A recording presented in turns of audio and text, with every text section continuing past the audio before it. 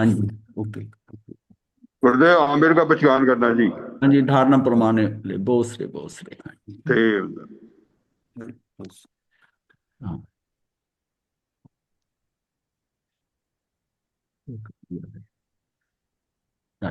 विषय हमारा वही चल रहा है, वैराग्य और संयम।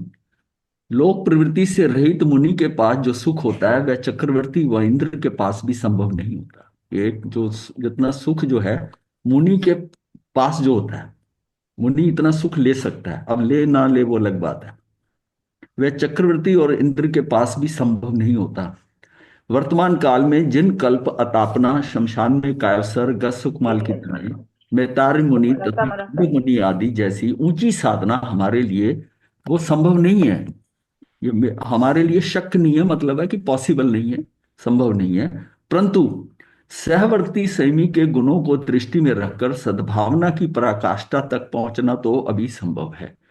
मतलब उस शिखर तक, सद्भावना की पराकाष्ठा मतलब शिखर, उस शिखर तक पहुंचना तो अभी संभव है। इसलिए किसी कारणवश भी मेरा किसी भी संयमी के प्रति असद्भाव उत्पन्न ना हो, किसी के प्रति, मतलब दूसरे के साथ नहीं। क्योंकि जब हमें पता है कि सब कुछ व्यवस्था में पड़ा है, जो कुछ हो रहा है जो घट रहा है जैसा है वो व्यवस्था के अकॉर्डिंग हो रहा है।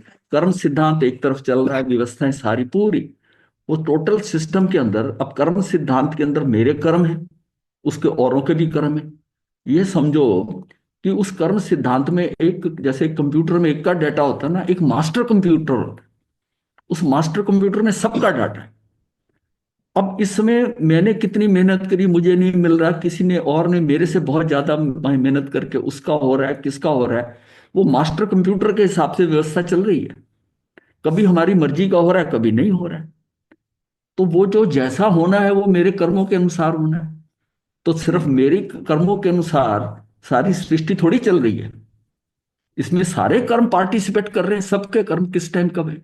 और जब हम किसी की तुलना में आते हैं तो हमें लगता है कि नहीं हम ले जाएंगे, वो ले जाता है, तो ठीक है, व्यवस्था में पड़ा है। तो ये सारा सिस्टम क्या है, इस सिस्टम को अगर आप समझ ले, पर आपसे कोई अन्याय नहीं हो रहा, ये भी है, किसी से अन्याय नहीं हो रहा। सब उसके अंदर, सिस्टम के अंदर जो है सबके कर्मों के अनुसार वो कार्य हो रहा है। ये हमें ही समझना है।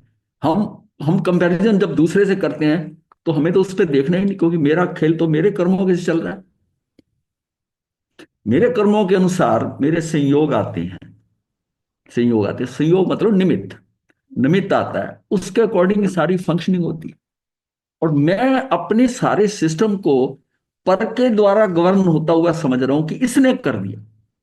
दृष्टि मेरी गई पर के ऊपर कि इसके कारण ऐसा हुआ, पर तो इसमें कुछ कर ही नहीं सकता। जब पर ही नहीं कर सकता तो फिर दोषी कौन? कोई दोषी नहीं है, कोई दोषी नहीं है। तो पर जब पर की इन्वॉल्वमेंट ही नहीं है तेरे द्रव्य में, ना वो तेरा भला कर सकता है ना बुरा कर, ना तू उसका कर सकता है, तो फिर टेंशन किस बात की? जो कुछ सहज में हो रहा है वो तेरे अपने कर्मों के तेरे हिसाब से हो रहा है, फिर और रिएक्शन करके कर्म क्यों बांध रहे? बस ये अगर समझ जाए तो समझो, ये अगर अंदर बैठ जाए तो समझो कि मुक्ति के मार्ग पर आ गए। अब मुक्ति ज्यादा दूर नहीं है, अगर ये बात अंदर घर कर जाए। इसलिए किसी कारणवश भी मेरा किसी भी संयमी के प्रति असद्भाव उत्पन्न ना हो, ऐसी संवेदना में निरंतर रमन करने से सद्भावना की सीढ़ी पर आरूढ़ हो मुक्ति के लक्ष्य के समीप पहुंचने में सहायक होगी। बस ऐसी सद्भावना, मतलब हर जीव के प्रति सद्भावना कैसी, उनको प्रभु समझो, वो भी आत्मा है, आपसे पहले चली जाए। ये तो बड़ी छोटी छोटी बातें जो है ना, जिसको अपने अंदर घर कर जाए, अंदर बैठ जाए कि कोई मेरा कर नहीं सकता, ये कोई मेरा बुरा नहीं कर रही, ऐसी फीलिंग ना ही आए। साथी ने मेरा ऐसा कर दिया, इस साधु ने, साधु इसने भाई ने, सहधर्मी भाई ने ऐसा कर दिया, इस श्रावक ने ऐसा कर दिया, कोई टेंशन लेने की जरूरत ही नहीं। ये बात अंदर बिल्कुल घर कर जाए कि मेरा कोई कुछ बिगाड़ नहीं रहा, ना तो भला कर रहा है, मथिन वदामी गुरुदेव। तो अन्य के प्रतिकूल व्यवहार पाने पर भी उनके प्रति सद्भाव टिकाए रखना हमारे लिए उत्तम भूमिका है। सामने वाले के प्रतिकूल व्यवहार ना हो पर स्वयं की शारीरिक प्रतिकूलता होने पर भी सद्भाव टिकाना मध्यम भूमिका है। मतलब अपनी स्वयं की शारीरिक प्रतिकूलता हो रही है, सामने वाले का नहीं तो वो अपनी हो रही है। तब भी सद्भाव ये भी कर्मों में पड़ा हुआ है, व्यवस्था में पड़ा है। और शरीर पे हो रहा है, शरीर मेरा है नहीं, शरीर मेरा है नहीं। प्रतिकूल व्यवहार में हम बहुत बार बेचैन हो जाते हैं और अपनी शारीरिक कष्ट कारण अन्य की सेवा नहीं कर पाते हैं। पर ऐसा प्रथम तो अवश्य करना चाहिए कि हमारी अपेक्षा पूर्ण ना होने पर भी सद्भाव तो टिकाए रखना है। हमारी मर्जी ना चले, हमारी मर्जी के हाँ, जैसा मनोज्ञ हम चाहते थे वैसा नहीं हो रहा है, तब भी उसमें सद्भाव तो टिकाए रखें। ये सिर्फ समझते हैं ना जब हम ये कहते हैं कि निर्जरा सम्यक दर्शी का कर्म बंद नहीं होता। वो किस बेस पे कहते हैं, ये नहीं कि उसका कर्म बंद क्यों नहीं होता। कर्म इसलिए बंद होता है कि जब कर्मोदय होता है, जब कर्मोदय होता है तो उसमें देखिए वेदन तो वो करता है, वेदन तो करता है, पर वो जो उसमें स्थिति बन रही है उसमें वो तन में नहीं हो रहा। सारा खेल यही है कि हमारे साथ जो उतार चढ़ाव हो रहे हैं, क्या मैं उनमें तन में हो रहा हूं या सहज उसको ले रहा हूं। ठीक है, दुख हुआ ना, महसूस करा दुख, ठीक है, मेरे कर्मों का है, मेरे कर्म, उसका वेदन कर रहा हूं, उसमें तन्मय नहीं हो रहा। तन्मय कब होता है, जब आदमी को दुख होता है ना, एक को बताता है, दूसरे को बताता है, बार बार वो जो दुख 5 मिनट 10 मिनट का था ना, वो घंटों में बना देता है। वो बार बार जैसा उसको डिस्कस करता है ना, और भाव उठते हैं ऐसे। किसी के प्रति इसने मुझे दुखी करा तो आपका भाव चलेगा, ऐसा चलता रहेगा बार बार, दिन में भूलने के भी उसके प्रति जो है ना, यही आता रहेगा, रोष आता रहेगा कि इसने ऐसा कैसे कह दिया, मुझे ऐसे कैसे कह दिया। अब इतनी बार जितनी बार कर रहा है उस समय के अंदर कर्म बंद हो रहा है, उस पे तह की तह लग रही है, लेर की लेर लगे जा रही।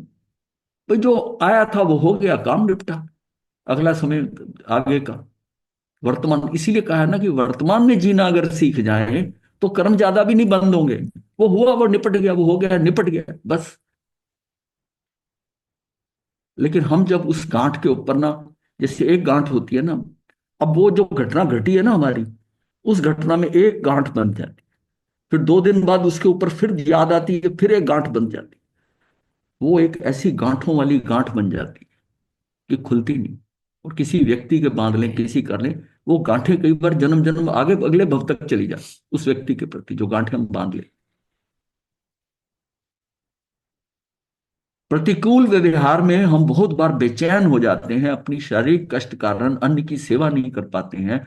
पर ऐसा प्रयत्न तो अवश्य करना चाहिए कि हमारी अपेक्षा पूर्ण ना होने पर भी सद्भाव तो टिकाए रखना ही है। हमारी इच्छाएं अपेक्षाएं ना भी पूरी हो तो सद्भाव तो बना रहना।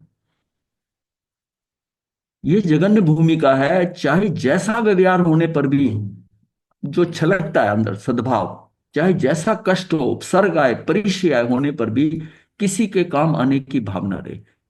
उसमें भी यही रहे कि किसी के तो मैं काम आ जाऊं। ऐसा ना हो तो इतना तो पक्का कर लो कि सद्भाव तो टिकाए रखना ही है, तो ही हम जगन्य भूमिका निभा, मतलब अंदर से सद्भाव ना जाए। सद्भाव चला गया, हाँ।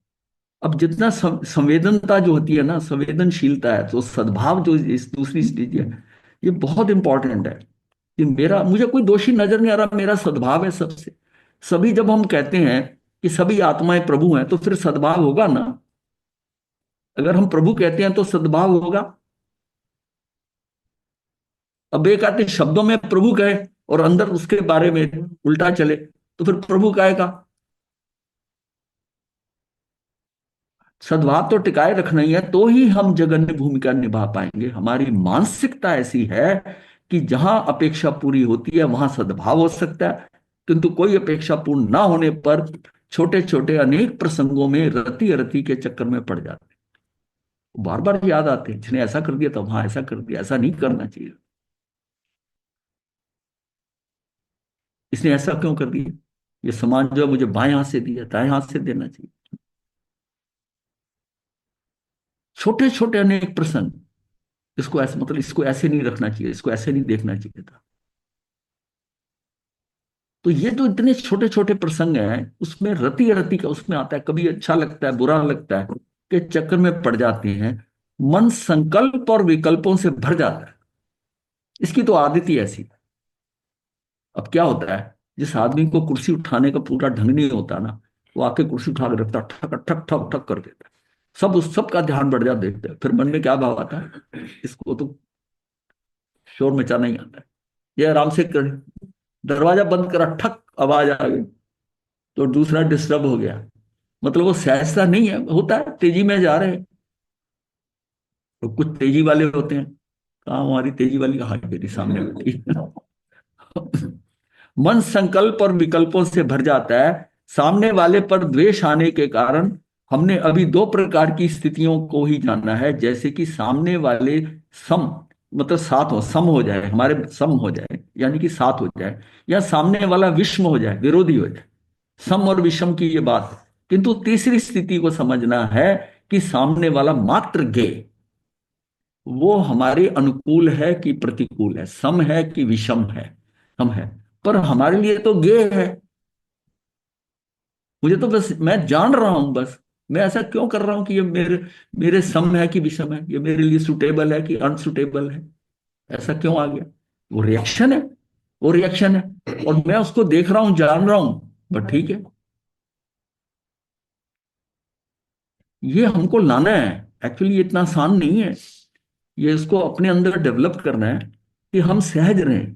कोई चीज ऐसे की बजाय ऐसे रख दी, ऐसे क्यों रख दी, तो डिस्टर्ब हो जाती। आज तक हमने तीसरी प्रकार की स्थिति को समझने का प्रयत्न ही नहीं किया, तभी हम सम होने पर राग में फंसते। वो स्थिति अगर गे वाली हो ना, तो गे अगर की स्थिति है तो फिर राग द्वेष क्या है। लेकिन गे के साथ मन में ये भाव भी आया कि ये हमारे अनुकूल है, तो रति का भाव आ जाएगा, और मेरे प्रतिकूल है तो अरति का भाव आ जाएगा। विषम स्थिति पर द्वेष में फंस जाते हैं। राग द्वेष के द्वंद से मुक्त होने के लिए तीसरी स्थिति में रहना होगा, गे वाली स्थिति। ये मेरे जानने लायक है, ये मैं जान, मतलब ये भी व्यवस्था में ही पड़ा हुआ है गे। गे भी कब दिखना है, मतलब इतना ज्यादा व्यवस्थित है कि गे गे पे निगाह जा रही है, तो इस ये समझो कि इस समय के टाइम पर इसी पे ही जानी थी और इसी पे ही गई है। जब इतना व्यवस्थित था तो हम टेंशन क्यों लेते। हम खुद अव्यवस्थित हो जाते हैं। जब बाहर जो चीज पड़ी है वो व्यवस्था में पड़ी है, और हम अव्यवस्थित हो गए। ये ऐसे क्यों रखी है, ये टेढ़ी क्यों रखी है, ये ऐसे क्यों रखी है, रिएक्शन होता है। बहुत बार अति अपेक्षा से भी सद्भाव टूटता है, जैसे कि गुरु सदा गुरु भाई से ही पूछते हैं, उसे पास बिठाते हैं, उसे ही समय देते हैं, मुझे नहीं, मतलब दूसरे संत को, मुझे नहीं। ऐसा तुच्छ अपेक्षा से हम गुरु के प्रति और उस गुरु भाई के प्रति द्वेष भाव रख लेते हैं। मतलब कहा गुरु को आया तो इसका मतलब गुरु को हमने क्या कह दिया, ये पक्षपाती है। मन में तो ये आ गया ना, तो उनके प्रति श्रद्धा कैसे होगी। ये उसको उसको प्रेफर करते हैं, मुझे नहीं करते, ये भाव आते ही आपने गुरु को अंडरमाइन कर दिया, उसको नीचा छोटा कर दिया, अपनी दृष्टि में गुरु को छोटा कर दिया।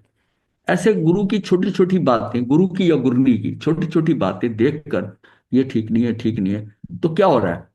तो जो गुरु का मॉडल है ना, रोल मॉडल आपके पास है अपने गुरु का, वो छोटा होता जाएगा, वो छोटा होता जाएगा, और एक एक समय ऐसा आएगा कि आपको कुछ उसको वो आप समझ ही नहीं आएगा, और कुछ भी बोल दोगे उनको, कुछ भी कह दोगे उनको। और एक होता है कि उनका बहुमान करते करते वो रोल मॉडल उतना ही बड़ा हो जाता है, और जितना वो बड़ा हो गया गुरु का आपका, नहीं हमारे गुरु ने ऐसा कहा। उसने कोई बात अगर ऐसी कह भी दी ना, तब भी हुआ कि हमारे भले के लिए, हमारे अच्छे के लिए करी। इतना ज्यादा उसके ऊपर अगर श्रद्धा है, भावना है, तो वो आप उनकी पिक्चर जो आपके दिमाग में है ना, वो हमेशा बड़ी रहे, बड़ी रहे। और वो फोटो छोटी करने में नुकसान आपके गुरु का कुछ नहीं जाता है इसमें, उसका कुछ नहीं जाता। आपने उनको छोटा करते करते, न्यून करते करते जीरो कर दिया अपने अंदर। और एक दिन जो जीरो होता है ना, ऐसे नहीं होता, एक दिन भी नहीं होता, वो करते करते होता है एक दिन, बड़ी सहजता से उसमें से निकल जाते हो आप। मतलब समझता ही नहीं कुछ गुरु को कि मेरे खुद आजाद हो गया। नहीं, आजाद होना भी नहीं कहेंगे इसे, बर्बाद हो गया। गुरु के प्रति श्रद्धा ही खत्म हो गई उसकी, तो फिर वो बर्बाद हो गया, आजाद क्या हुआ। गुरु के प्रति श्रद्धा तो उसको रखनी है, यही सोचकर कि मुझे संयम इनके कारण आया, मैं किसी और के पास तो नहीं लिया ना, इनके कारण मुझे संयम मिला है। हाँ।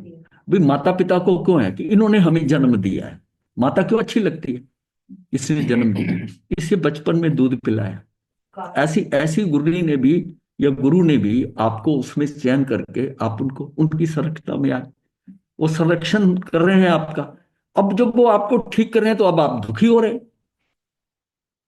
वो आपको सुधारे, ऐसे माता पिता भी होते, पर माता पिता की बात तो आप इतनी बुरी नहीं मानते। वो ज्यादा डांटते भी हैं तो हंस भी पड़ते हो उनके आगे। लेकिन आगे वो बात है, गुरु को वो दर्जा देते हैं, जबकि गुरु का दर्जा माता पिता से ऊपर है। इसका मतलब आपने वो दर्जा छोटा कर दिया। जब हमने रिश्तों की वैल्यू ही नहीं लगाई, आकलन नहीं कर पा रहे, तो फिर गुरु क्या, संयम क्या फिर? संयम यह है कि गुरु की जो इमेज उतनी है, और अपनी भी इमेज छोटी नहीं है, कि मैं ये गलत काम नहीं करूंगा, हल्का काम नहीं करूंगा। मतलब जो व्यक्ति इस तरह रहता है कि मैं खुद अपनी निगाह में ना गिर जाऊं, तो मैं न्यून हो जाऊंगा। मैं कोई चीज छुप के करता हूं, कोई ऐसा करता हूं, तो क्या है, छुप के क्या हुआ, मैं अपनी निगाह में मैं छोटा हो गया, किसी को नहीं पता चलेगा। अरे किसको नहीं पता चलेगा? अनंत सिद्ध ऊपर से देख रहे हैं, 2 करोड़ से 9 करोड़ के इगली वहां बैठे हैं महावीर में। सब सब सबका टेलीस्कोप तेरे पे लगा हुआ है, सब तुझे देख रहे, किससे छुपा रहा है? किससे छुपा रहा है? और फिर तेरा जो है, तेरा माइक्रोस्कोप तेरे साथ है, तू तो बिल्कुल माइक्रोस्कोप के नीचे है। वो तो टेलीस्कोपिकली देख रहे हैं, तू माइक्रोस्कोप के अंडर है अपने। और सबसे पहले जीव है वो अपनी निगाह में गिरता है, अपनी निगाह में छोटा हो जाता है, कि मैं कर क्या रहा हूं, मेरे कारण गुरु दुखी है। गुरु भाई कभी चिंतन करे तो उसको लगेगा कि नहीं, मेरा कसूर मेरा है। और एक बार दो उसकी आलोचना करके, प्राश्चित करके, फिर धीरे धीरे उसको समझ आ जाएगी। और अगर किसी बात में अकड़ता रहे, जिद करता रहे, तो क्या है, धीरे धीरे धीरे पता नहीं चलेगा कब संयम के अंदर से बाहर छूट जाएगा संयम से।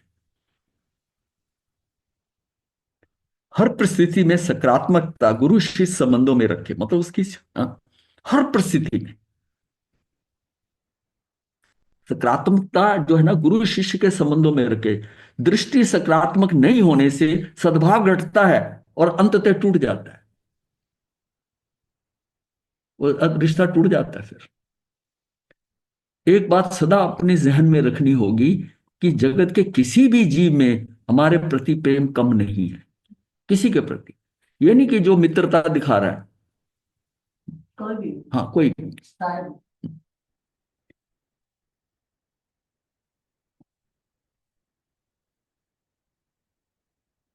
वो एक बार ना, एक जैनाचार्य के पास एक पादरी आया, तो उसने कहा कि देखिए क्राइस्ट ने कितना इंपॉर्टेंट बात कही है। क्राइस्ट ने कि दुश्मन को भी मित्र समझो, दुश्मन को भी मित्र समझो, शत्रु भी जो है ना उसको भी मित्र समझो। देखो क्राइस्ट ने कितनी बात, जबरदस्त बात की। हाँ, उसको भी मित्र समझो जो शत्रु है। क्यों की क्या बात? भाई जो फिर व्यवस्था में क्यों वाली बात क्यों आ गई? भाई शत्रु है, आप शत्रुता कर रहा हो, उसको भी मित्र समझो। मित्र है, हाँ। नहीं, मित्र समझो, मित्र समझो। उसने कहा हाँ बहुत अच्छी बात करी, पर हमारे महावीर ने एक बात की है। कहते क्या कहा है? कोई शत्रु होता ही नहीं है, किसी को शत्रु समझो ही मत। तब वो चुपचाप उठ के वहां से चला गया। उसके ऊपर क्या है, उसके जहन, उस पर चोट पड़ी, इनडायरेक्ट चोट पड़ गई, कि तुम उसको शत्रु समझ कर फिर मित्रता कर रहे हो, तो उसको महावीर कहते हैं उसको शत्रु समझो ही मत। तो शत्रु कैसा? भाई जो है वो निमित्त तो निर्दोष है ना, आपका काम उसके कारण नहीं हुआ, ये कैसा नहीं हुआ, तो दोषी वो थोड़ी है। तो कहते कोई शत्रु होता ही नहीं है। अब बात समझ में आई? कोई शत्रु होता ही नहीं है। अब शत्रु मानोगे तो वो कहता नहीं मित्रता करनी, वो कहते मित्र क्या, तो शत्रु है ही नहीं कोई। बैरंग मज्जन के नहीं है। दीक्षा के बाद माता पिता के प्रति जो राग होता था, अब गुरु के प्रति, भाई के प्रति जो राग था, वही अपने गुरु भाइयों के प्रति, परिवार के प्रति राग, समुदाय पर और समाज के प्रति का राग जन शासन पर हो जाना चाहिए। यदि ऐसा हो जाता है तो अंदर का वैराग्य दीपक जगमगाता रहता है। मतलब उस संयम में आनंद आएगा। उस संयम में आनंद आएगा कि बिल्कुल जैसा वहां परिवार था ना, माता अच्छी लगती थी, पिता अच्छे लगते थे, गुरु अच्छे लगते हैं, भाई बहन जो थे, गुरु भाई हैं यहाँ पर सिर्फ फील्ड बदल गई है, रिश्ते वैसे अंदर से उनके प्रति अहोभाव वैसे ही है। इनके बदले मैं काम, जैसे भाई के लिए होता था, छोटे भाई के लिए, बड़े भाई के लिए काम करते थे, दिल से करते थे, अपनी तरफ से करके किसी बात की आशा, वैसी वहां अगर आ गई तो संयम क्या है, वो तो जगमगा गया। वैसा होता है क्या? नहीं, ये वैसा है, ये पराया है, ये वैसे उनको अगर भांति भांति क्या समझ रहे हो, खराब समझ रहे हो, तो संयम कहाँ रहा? संयम नहीं रहा। तो संयम से जो हम पा सकते हैं वो नहीं मिलेगा। संयम तो चलता रहेगा, आपने जो जैसा सेलेक्ट सेलेक्ट कर लिया, चयन कर लिया, वैसा चलेगा। लेकिन अगर उसकी क्वालिटी हाई लेके जानी है तो अपने अंदर वो सारा आना चाहिए। अपनी आत्म प्रदेशों के अंदर कोई लहर ना उठे, हलचल ना हो। बस इस बात को हमने वहां तक जाना है। जहां भी थोड़ी सी लहर उठती है ना, वो डिस्टरबेंस है।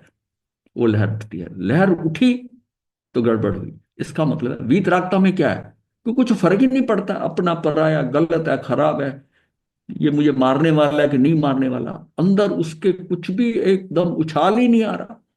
और अब क्या है, मतलब वो बिल्कुल सहज, ऐसे ठहरा हुआ पानी की तरह, उसमें एक भी लहर नहीं उठ रही है और सामने सब कुछ गड़बड़ हो रही है वैसे, क्योंकि वो नजर आ रहा है ये व्यवस्था में पड़ा है, जो गड़बड़ हो रही है ऐसा हो रहा है। महावीर के समय में जो है युद्ध हुए, और उस युद्ध में 1 करोड़ 80 लाख लोग मर गए। भाई सारा कुछ संयम छोड़ के वहां से महावीर को तो वहां जाकर समझौता कराना चाहिए था, इतना मर रहा है। वो व्यवस्था में पड़ा, उनको केवल उन्हें नजर आ रहा है कि ये होना है, ऐसा ऐसा होना है, ठीक है। और दोनों भक्त, लड़ने वाले भक्त सारे उन्हीं के ही भक्त, उनको भी हाँ। अब जिन शासन पर मतलब उनको अपने अंदर से कुछ नहीं हो रहा, बाहर क्या हो रहा है ना, उनको कुछ फर्क नहीं पड़ता।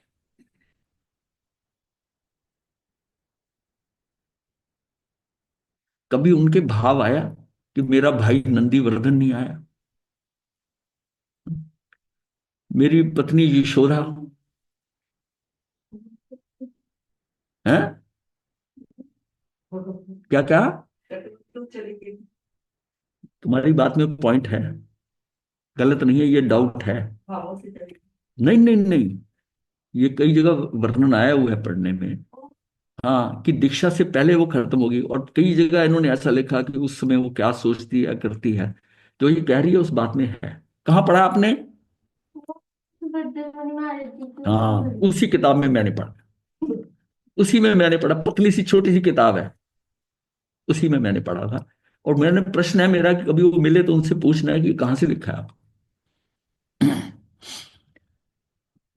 क्योंकि कहीं उसका कोई रेफरेंस ही नहीं है इतने साल। देखिए, बेटी आ गई दीक्षित होके, दामाद आ गया उनसे मिल गया। नंदीवर्धन का वर्णन आता है कि जब अंत समय के अंदर, मृत्यु होने के बाद, निर्वाण होने के बाद, वो नंदीवर्धन आता है। बहन भी तब होती है।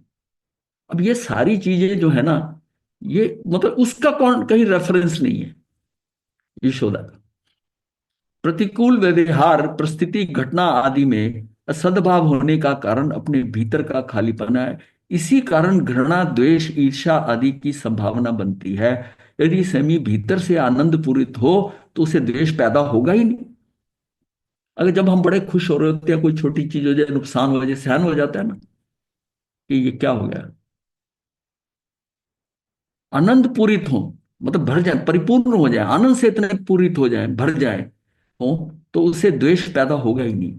जिससे गुरु, समुदाय, संघ और शासन के प्रति प्रेम होगा, वह सभी सदा प्रसन्न और आत्मतृप्त स्थिति में बना रहेगा, उसको तृप्ति होगी। अब जो लोग समाज का काम करते हैं, उनके ऊपर लोग जो है ना, वो कसते हैं, ताने भी कसते हैं, कुछ ऐसा भी कह देते हैं, वो उनको फर्क नहीं पड़ता। उनको उसमें समाज के काम करने में आनंद आ रहा होता है।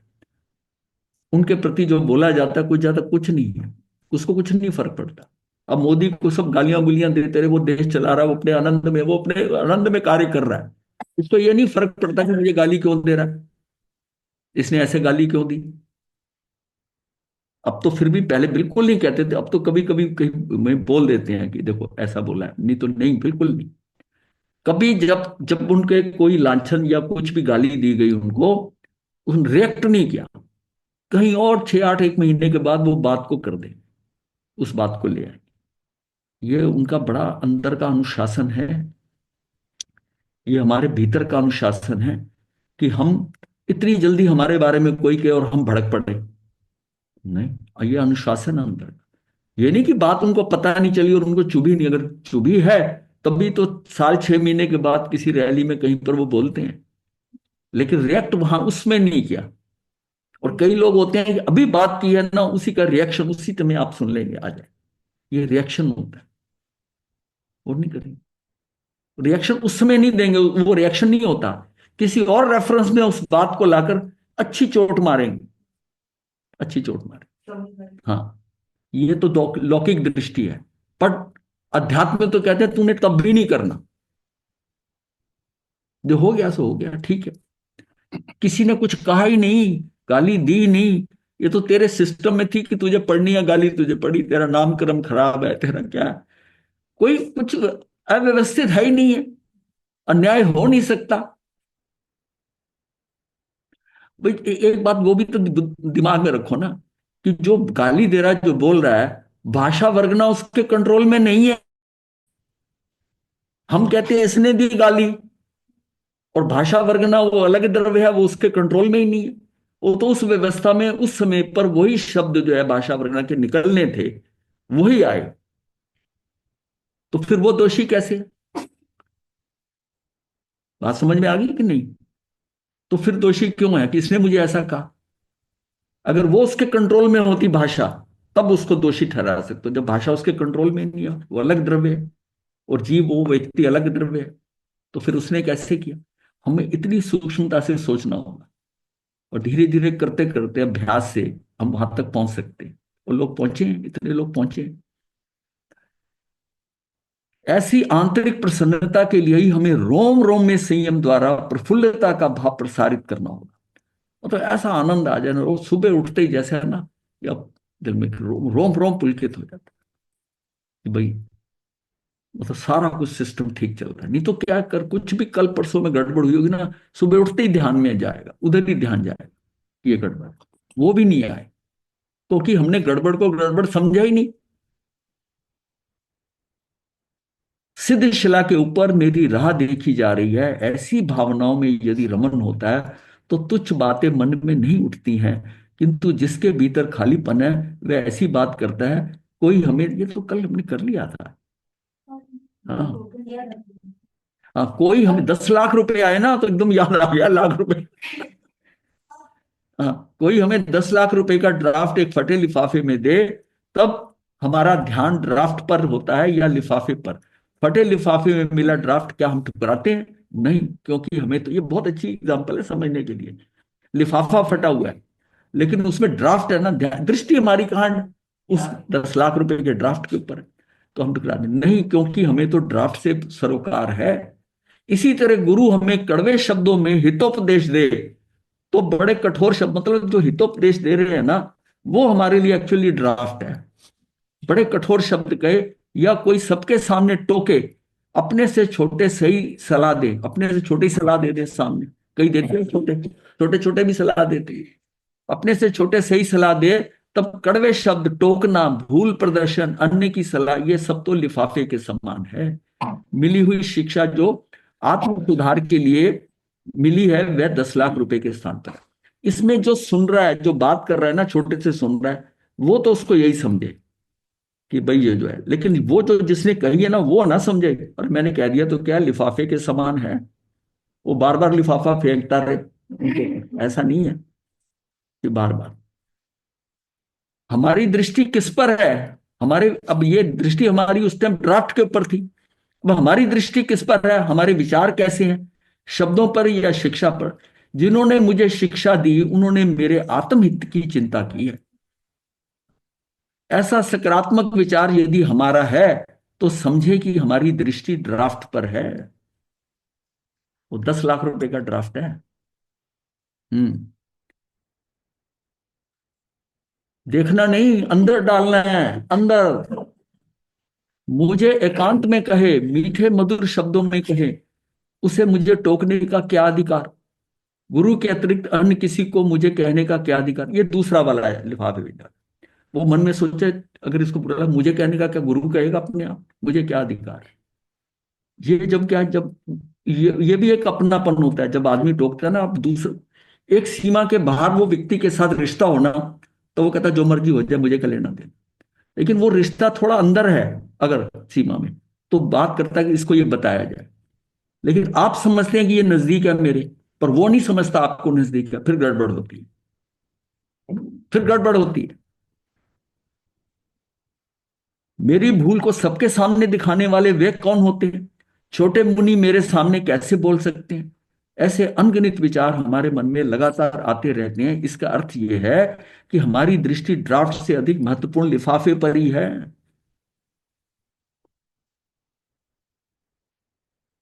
दृष्टि जो है ना, अगर हम लिफाफे ही देखते रहेंगे, फटा आया, ये आया, डिब्बा ठीक नहीं था, व्यक्ति ने कपड़े अच्छे नहीं पहने थे, ये ऐसा था, आजकल उस, पैकिंग देखते हैं। हाँ, वो लौकिक दृष्टि। हाँ, अध्यात्म की बात हो रही, वो लौकिक दृष्टि है। हाँ, लौकिक दृष्टि में ऐसा चलता है। गिफ्ट गिफ्ट हाँ, आते हैं लौकिक पैकिंग दृष्टि। करके। हाँ, गिफ्ट है। सुबह होते ही, सुबह होते ही गिफ्ट है। नहीं जरूरी ना ना, नहीं है। appearances आर डिसेप्टिव समटाइम्स, वो धोखा भी देती है। हाँ, बल्कि ये ज्यादा चांस होता है, जितनी अच्छी पैकिंग का माल उतना बढ़िया ना हो। क्वेश्चन तो यह है, पैकिंग भी अच्छी होनी चाहिए, माल भी अच्छा होना कई चाहिए। बार उसी का माल उसी को पहुंच जाता है, हाँ, पैकिंग बदल जाती है। साधु संतों में तो आमतौर होता है। हाँ। नहीं, और घरों में भी होता नहीं है। नहीं, घरों में तो होता ही है, पर साधु संतों में कोई वही घूम रहा होता है, वही घूम रहा होता है। अच्छा ठीक है, चलो छोड़िए इस बात को। शिक्षा देकर मुझे उन्मार्ग से सन्मार्ग पर लाकर मेरे पर महान उपकार किया है, ऐसे भावों से हमारा सद्भाव टिका टिका रहेगा। अब जिनको केवल ज्ञान हुआ, गुरनी ने कितनी डांट मारी कि रात को तुझे सूर्य दिखाई नहीं, मतलब छुप गया तो पता नहीं चला, ये नहीं हुआ। उसने ये नहीं कहा कि मैं क्या करती वहां पर, वो तो सूर्य देव अपने अपने पूर्ण रूप में आ गए, और ऐसा दिन ही उजाला था वहां पर, मुझे पता ही नहीं चला। नहीं नहीं, ऐसा नहीं। तो उससे क्या होता है, अगर ये भाव आ जाता तो दोनों को केवल ज्ञान नहीं होता। एक को नहीं होता तो दूसरे को भी नहीं होता। उसको अपनी गलती मानना चाहिए। और जब वहां से चली थी, तभी वो अंदर महसूस कर रही थी कि मेरे से क्या हो गया। कैसी फीलिंग उनकी कि सूर्य अस्त हो गया, और अब सूर्य अस्त हो रहा है, घूमे जा रहे हैं, ऐसा भी होता है। अर्थ यह है कि हमारी दृष्टि ड्राफ्ट से अधिक लिफाफी। शिक्षा देकर मुझे उन्मार्ग से सन्मार्ग पर ला दिया। कई बार हल्का हल्का टोक देना, इसलिए क्या होता है, शुरू में टोका नहीं जाता। गुरु से क्या होता है कि नया नया आया है, अभी तो नया है, ये जो है ना, उसको टोकते नहीं है। वो थोड़ा सा साल दो साल हो जाता है ना, वो अब पहले तो लगता है कि ये अभी जो है शैष्य, मतलब उसको कहते हैं कि नया है। और शख्स। हाँ, शैक्षिक, और अब उसको नजर आता है कि नहीं, इसको सुधारना है, और उसको फीलिंग होता है कि मैं पक्का हो गया। एक्चुअली डे वन से अगर सुधारते रहे ना, सुधारते रहे, इसीलिए जो वैरागपना है वो इसलिए होता है गुरु के आगे, वो वहीं से सुधारना शुरू कर देता है। वैराग वहीं से सुधारना होता है। वो पास रहकर, पहले ये होता, दो दो तीन तीन साल, चार चार साल रखते थे साथ में, चर्च करते, फिर जजमेंट देते थे कि हाँ अब ये दीक्षा के लायक हो गए। आजकल क्योंकि शॉर्टेज रहती है, वो जैसी नजदीक आए, हाँ करी, वहीं मोड़ दिया, तो उससे क्या होता है, गड़बड़ हो जाती है। क्यों, ठीक है ना जानवी? नहीं नहीं नहीं, मैं तुम्हारे लिए थोड़ी कर रहा हूँ, मतलब यही होता है ना। शिक्षा देकर मुझे, मतलब उसने कितना सुधारा। ऐसे भावों से हमारा सद्भाव टिका रहेगा, तभी हम मोक्ष मार्ग पर आगे बढ़ेंगे। अन्य के द्वारा दिया गया उपालंब यदि हमारे आनंद का कारण बनता है, तो ऐसा समझे कि हम सद्भावना की सीढ़ी पर हैं। दूसरा आपको बताता है, समझाता है, उपालंब देता है, तो तब भी हम उसको समझे कि ये हमारा भला चाहता है, तब हम सद्भावना की सीढ़ी पर हैं। मेरा सभी परिचितों के प्रति तो उछलता स्नेह भाव होना ही चाहिए। उनके व्यवहार चाहे जैसे भी हो, वह हमारा स्नेह भाव को अखंड रखना होगा। वो अपना स्नेह भावना वो अखंड रखना, वो ना खराब हो जाए। मतलब मेरे अंदर से अगर स्नेह खत्म होता है किसी के प्रति, उसको नुकसान नहीं है, नुकसान मुझे है। ये मेरी क्वालिटी है, दूसरे जीव के प्रति स्नेह रखना। इसका मतलब है उसको देख के हम सोचता हूँ कि मैं इसको तंग कर रहा हूँ या इसका बुरा कर रहा है। जब किसी के बुरा का सोचते हैं तो इसका मतलब बुराई आपके अंदर आ गई पहले। उसका तो बुरा बाद में होगा, आपका पहले होगा, क्योंकि आपकी विचारधारा ही ऐसी क्यों होगी, इसका मतलब बुराई अंदर पड़ी थी। अब दूसरे का नुकसान थोड़ी होता है। अब विचारधारों से आप किसी को बुरा कह दें, उससे लड़ाई करें, प्रसन्न चंद्र राज ऋषि का यही है ना, कि वो दुश्मन के साथ लड़ाई करा, दुश्मन का नुकसान थोड़ी हुआ। सातवीं नरक के तो उसने इकट्ठे कर लिए, आयुष के कर्म उसने इकट्ठे कर लिए। आयुष, आयुष की सातवीं नरक है, ये तो उसको चर्म शरीर थे, बंधे नहीं। और बंध जाते तो काम गड़बड़ा जाता। ऐसा चिंतन जैसे बनेगा वैसे वैसे साधुत्व पुष्ट होता जाएगा। धर्म रुचि अंगार के मन में चींटियों के प्रति तथा नागश्री ब्राह्मणी के प्रति कैसी सद्भावना, क्षमा की भावना थी। वही दूसरी ओर हमारे एम्बिल के पारने में प्रतिकूल वस्तु भूल से बहरा दे तो हमारे मन में कैसे भाव उठने लगते हैं। क्या हम स्नेह भाव नहीं रखें, किंतु कम से कम समभाव में स्थिर रहे। स्नेह ना हो समभाव तो हो। भाई पारने के अंदर ये कहा, एम्बिल के पारने में ये कहा था, कुछ मूंग वगैरह कुछ नमकीन होना चाहिए, मीठा होना चाहिए। कल पूरा दिन नमक मसाला कुछ नहीं खाया, घी नहीं खाया, तो कुछ चीज अच्छी बननी चाहिए ना पारने के अंदर। तो वो आपको नहीं बनी तो फिर क्या होगा, कि इनको मेरे पारने का ध्यान ही नहीं है। अब वो देखिए धर्मरुचि अंगार की एग्जाम्पल क्या दी है। उसके मन में नागश्री ब्राह्मणी के बारे में प्रति कुछ नहीं बुराई आई। उनका तो बल्कि ध्यान जो था ना, उन चींटियों के ऊपर आ गया, कि इसके इतना सा डालने से ये चींटियां मर रही हैं, तो ये सारा गिरेगा तो कितनी मर जाएंगी। वो उनकी रक्षा का भाव, उसके कारण ना वो पुण्य बहुत इकट्ठा कर गए। अगर उस समय पुण्य का भाव इतना भी नहीं होता, पुण्य का भाव होता तो मुक्ति हो जाती। लेकिन पुण्य का भाव जो है ना, कि उनकी रक्षा, चींटियां बचाने की भाव, उस समय अपनी आत्मा में स्थिर रहकर, क्योंकि वो पर पे जा रही है ना, चींटियों को बचाने के लिए पर पे जा रही है, पर पे जा रही तो पुण्य बनेगा। निर्जरा वाली बात तो नहीं, क्योंकि दृष्टि मेरी पर पे है, उनके ऊपर पर पे दृष्टि है तो वो पुण्य बन गया। और इतना पुण्य बन गया कि वो 33 वहां वहां चला गया ऊपर 26वें पे। नहीं तो क्या था, ये वही दृष्टि अगर आत्मा पे होती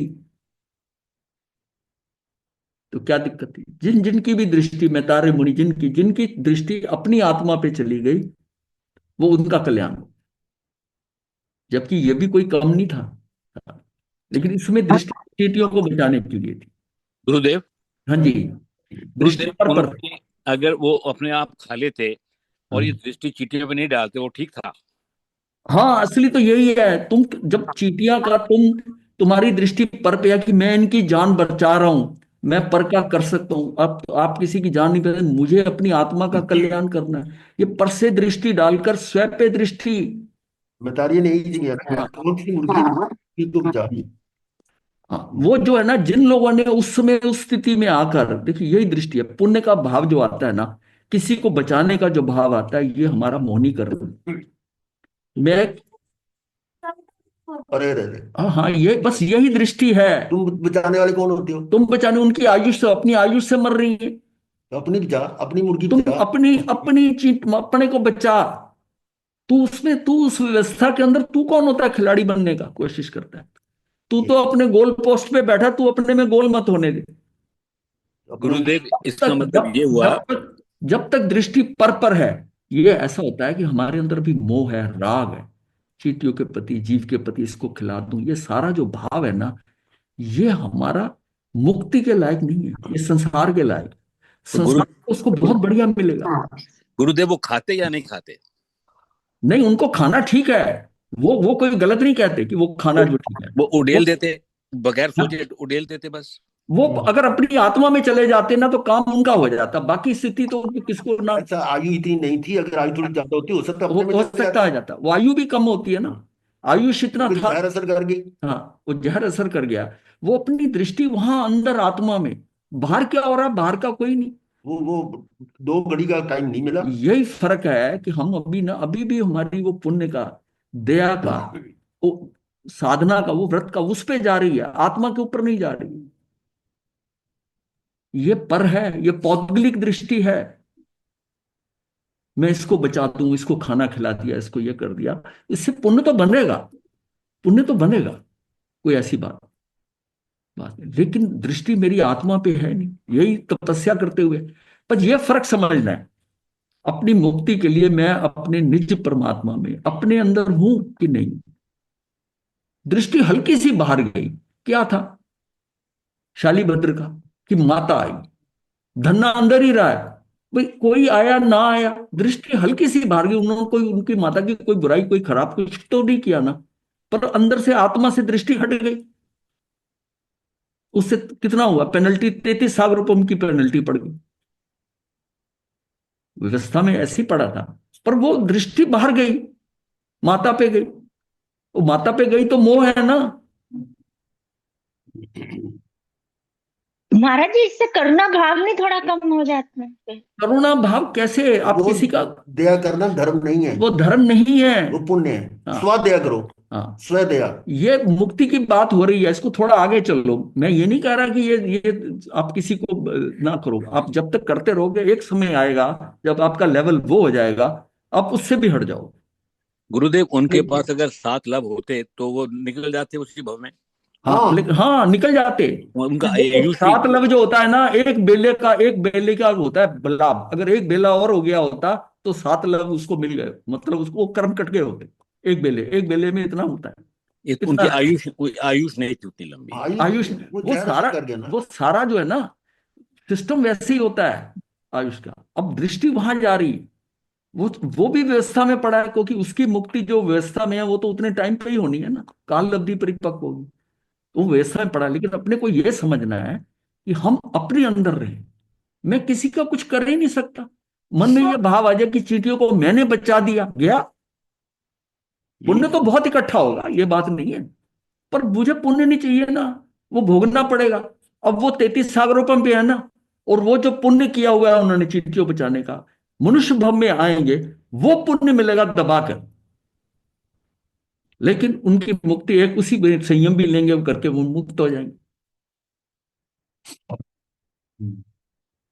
हमें ये दृष्टि अगली है, इसीलिए ये जो है ना, दया का, दान का, ये सारा जो करते हैं ना, इसे हमने समझना है कि ये हमें बढ़िया संसार देता है, मुक्ति के मार्ग पे मुक्ति नहीं ले, इससे नहीं। मतलब जैसे वो पुष्टुला जी का मैं आता आपको है। बताता हूँ, समझिए प्रैक्टिकल, मुझे जो है ना, इसके मेरे पास 2 एग्जाम्पल है। एक तो मैंने कई बार दिया है, जब विरक्त मुनि जी के पास गया था चींटियों वाली। फिर जब उदय मुनि जी यहाँ आए तो एक जगह के ऊपर वो ठहरने लगे, रास्ते में हम लेने गए, हम थे सभी, ये भी थे आत्मदृष्टा जी, हम सब थे। तो वहां स्थान पे किसी ने ठहरने नहीं दिया, तो इतने में वो पानी ले आए थे, तो वो स्कूल था, तो पानी वो रख कर रहा, वो इतने में वहां की जो केयर टेकर थी, संडे संडे का दिन था जब मनानी, उसने आगे कहा नहीं आप नहीं ठहर सकते, जबकि वो पूछ के उसके प्रिंसिपल वगैरह ने कहा था, लेकिन अब वो मौजूद नहीं थे। तो अब वो ठहरना भी नहीं चाहते, तो पानी जो भर के लाए थे मेरे सामने उन्होंने ऐसे उड़ेल दिया पानी। मैं देख रहा था कि 2 पौधे, 3-4 पौधे भी थे वहां पर, पेड़ भी था, कि इन्होंने, उदय मुनि जी ने पानी उन वृक्षों में क्यों नहीं डाल दिया। नहीं डाला उन्होंने, पुण्य बन जाता ना। नहीं डाला उन्होंने। हाँ। और मुझे बड़ा अजीब लगा था उस समय, दीक्षित नहीं हुए थे, हम तो उनको लेने गए थे, भाई पानी वेस्ट कर दिया। वो पौधों में, मेरे दिमाग में घूमता रहा, उसमें समझ नहीं आई थी बात कि ये इन्होंने पानी ऐसे कैसे गिरा दिया। पर उससे पहले एक एग्जाम्पल हुई थी, फिर धीरे धीरे सोचते समझ आया कि ये उन्होंने पुण्य ना बंध जाए, ये भोगना पड़ेगा मुझे, मेरे पास पुण्य, यहां तक की सोच थी। मुझे पुण्य चाहिए ही नहीं, मुझे पुण्य चाहिए ही नहीं, जो दुख आ रहे हैं वो भी निकल जाएंगे, मुझे तो जल्दी से जल्दी मुक्त होना है। नहीं तो ये मुझे ये पुण्य अटका देंगे कहीं ना कहीं, ये संसार में अटका देंगे। गुरुदेव, हाँ जी। अगर आपने किसी को दान दिया पर कर्ता का भाव नहीं रहा तो ठीक है? हाँ, नहीं नहीं दिया वो, उसमें आपका कर्ता का भाव नहीं गया तो आपको रिटर्न ज्यादा मिलेगी, कर्ता का भाव किया तो रिटर्न कम मिलेगी। पर ये मुक्ति के अंदर लायक नहीं है। मतलब आदमी ये इससे भी सीखता है। ये खेल द्रव्यों का है। द्रव्यों के खेलों के अंदर भावों का खेल नहीं चलता, वो फील्ड अलग है। द्रव्य आप किसी को दे रहे हैं, आपको भी द्रव्य मिल जाएगा। आप भाव में रहे, अपने भावों में रहे, द्रव्य नहीं भी दे रहे तो भावों का खेल बहुत ऊंचा है। इसलिए हम किसी को दान को मना नहीं करते, लेकिन हम जो कहते हैं जो मुक्ति की तरफ जा रहा है, देखिए दान देना, अपने ऊपर खर्चा करना, फजूल खर्ची करना, पैसे को व्यय करना, उससे अच्छा किसी के काम आ गए, ये एक स्टेज अगली है। पर धीरे धीरे उसको देते देते दान में भी जब सब कुछ मिला है, अब दान दे के क्या चक्रवर्ती बनना है? आपने इतना दान वगैरह जो पुण्य किया था, आपको जैन धर्म मिल गया, धर्म मिल गया, धर्म समझ में आने लगा, सब कुछ आ गया, अब पुण्य किस लिए चाहिए? चक्रवर्ती बनना है? अब तो पुण्य छूटे, पाप भी छूटे, पुण्य भी छूटे, उस स्टेज में पुण्य नहीं करना। और जिसको जैन धर्म नहीं मिला, वो पुण्य करे जितना करना है, क्योंकि उसको भी कुछ नहीं मिला। उसको वो महावीर की वाणी, वो सारा वो कुछ उससे मिला ही नहीं, जैन धर्म आर्य धर्म नहीं मिला। उसके लिए पुण्य जरूरी है। और आप लोग जिसको हमको मिल गया है पुण्य, हम तो उस मार्ग पे आगे बढ़े, हम पुण्य करके क्या करेंगे? ये बात समझनी है, ये बात समझनी है। और ये भाव अंदर से उठेगा। अगर पुण्य की तरफ जा रहा है तो अभी मोहिनी कर्म का, ये दूसरों के प्रति ये भाव अंदर है, ये बड़ी जल्दी समझ नहीं आएगी ये बात, ये बड़े अपने समय पे ही आकर समझ आएगी कि तुझे उससे भी निवृत्त होना है, उससे भी निवृत्त, मुझे नहीं पुण्य चाहिए। गुरुदेव, हाँ जी। तीर्थंकर दीक्षा लेने से पहले 1 साल दान देते हैं, वो उनका पुण्य बनता है कि नहीं बनता? बनता है। वो उनका पुण्य बनता है। उसमें क्या है, दानशील तप भाव ये भी साधना में होते हैं, दान तो बाद में दे नहीं पाएंगे। हाँ जी। वो देवों से लाया हुआ, उसकी बहुत बड़ा विषय है। राजा होते हैं, उसमें बहुत धन लोगों का इकट्ठा किया होता है, लोगों का कई लोगों कई को लुटा दिया। लोगों का धन लोगों को लुटाते हैं। बस उसमें ये सबका बात कर आया होता है, हमने उसके अपना हाथ तो से है कि तुमने जिन जिन से जो तूने इकट्ठा करके तेरे भंडार में आया था, वो वापिस हो जाए। बस लोगों का वापिस पैसा लोगों फिर आ जाता है कई जगह की देव आकर दे के दे, देव आकर दे के दे, वो भी कहीं पड़ा हुआ धन जो होता है वो आकर दे देते हैं। उनका पुण्य नहीं बनता उस समय। उस समय देखिए उनका वो जो वो उनके हाथ से जिस पर सब मिलता किसको है, जिन जिन को मिलना है, हाँ जी। जिनको भवी जीव होगा उन्हीं हाँ को ही मिलेगा। और अब सोम शर्मा जैसे जो है ना, उसको वो मिल ही नहीं पाया, वो पैसा कमाने गया तो वो पीछे पीछे महावीर के लगा, हाँ जी। मिलता भी उसी को ही है। हाँ जी। इसलिए आप देने वाले हो है कौन?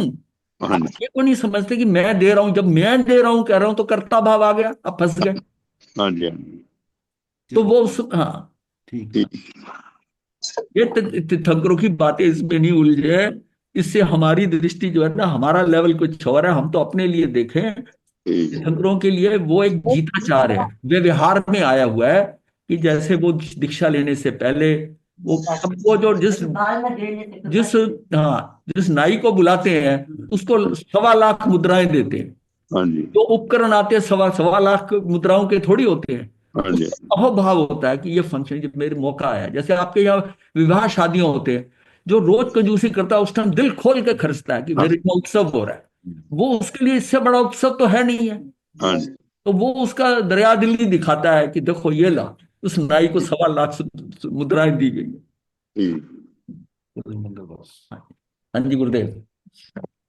गुरुदेव को आज आत्म ज्ञाता जी को 76वें जन्मदिन की हार्दिक बधाई। हाँ जी गुरुदेव, बहुत बहुत बधाई गुरुदेव जन्मदिन की। बहुत जन्मदिन मुबारक हो, आपकी साधना ऊंची हो, साधना में आगे बढ़ेंगे। बार बार बार बार गर्भ में ना आना पड़े, हाँ, यही भाव है। एक बार साधना तो में आगे बढ़े। आए गर्भ से निकले, अब बार बार ना जाना पड़े, यही मंगल कामना। बहुत बहुत एकदम की बधाई जल्दी मिल महाराज जी, जाए। बहुत हाँ, बहुत बधाई। हाँ जी, बहुत बधाई गुरुदेव, हाँ मंगल जी। कामना। जीते और बहुत बहुत देखिए बधाई गुरुदेव। 75 निकल गए तो पता नहीं चला। 76वां। अब कई बार 75 साल पूरे हो गए, मैं कई बार मेरे भाई समझ नहीं आती है टाइम निकल कैसे गया। कैसे निकल गया। और खास तौर ये संयम वाला जो टाइम है, 8 साल, 8 साल। 8 साल है, इसको तो पता ही नहीं चला, पता ही नहीं चला। ये तो ऐसा लग रहा है कि प्रवचन करते करते निकल गए। ये ज्यादा महत्वपूर्ण है, हाँ जी, ये ज्यादा महत्वपूर्ण है हमारे जीवन के लिए। हाँ जी, मंगल हाँ जी। नमो अरिहंतानं नमो सिद्धानं नमो आयर्यानं नमो वैज्ञानं नमो लोहे साहुनं चतारि मंगलम अरिहंता मंगलम सिद्धा मंगलम सती से साहु बढ़ रहा है। मंगलम हाँ, केवली आदि से पनतो धम्मो मंगलम आदि से भी बढ़ चतारि लोकोत्तमा अरिहंता लोकोत्तमा सिद्धा लोकोत्तमा साहु लोकोत्तमा चौथा नंबर नहीं। केवली पनतो धम्मो लोकोत्तमा चतारि शरणं पवज्यामि अरिहन्ते शरणं पवज्यामि तो अति से भी सिद्धे सोता ही आया शरणं लगता है पवज्यामि इसमें। साहु शरणं पवज्यामि केवली पनतं धम्मं शरणं पवज्यामि चार शरण सुख करने ये मंगल फिक्की करने पे बैठा सदा है। ही मंगल सदा ही। बतेन बंदा महाराज जी वाइफ में से बात कीजिए।